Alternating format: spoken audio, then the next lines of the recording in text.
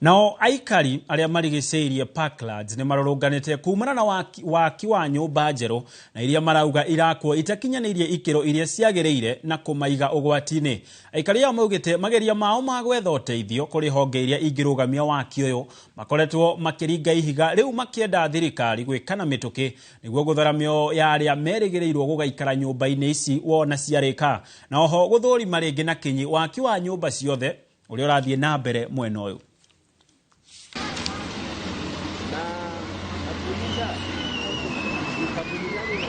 Now they've started excavation without permits, without authorization, and as we speak, it's causing a lot of havoc among the Parklands residents, especially along the Jalaram Road.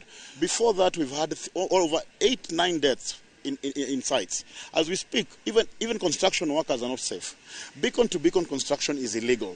And whoever is authorizing this from City Hall has to stop. Wameenda kotini, kesi iko kotini, bado hawaridhiki na kesi ya kotini.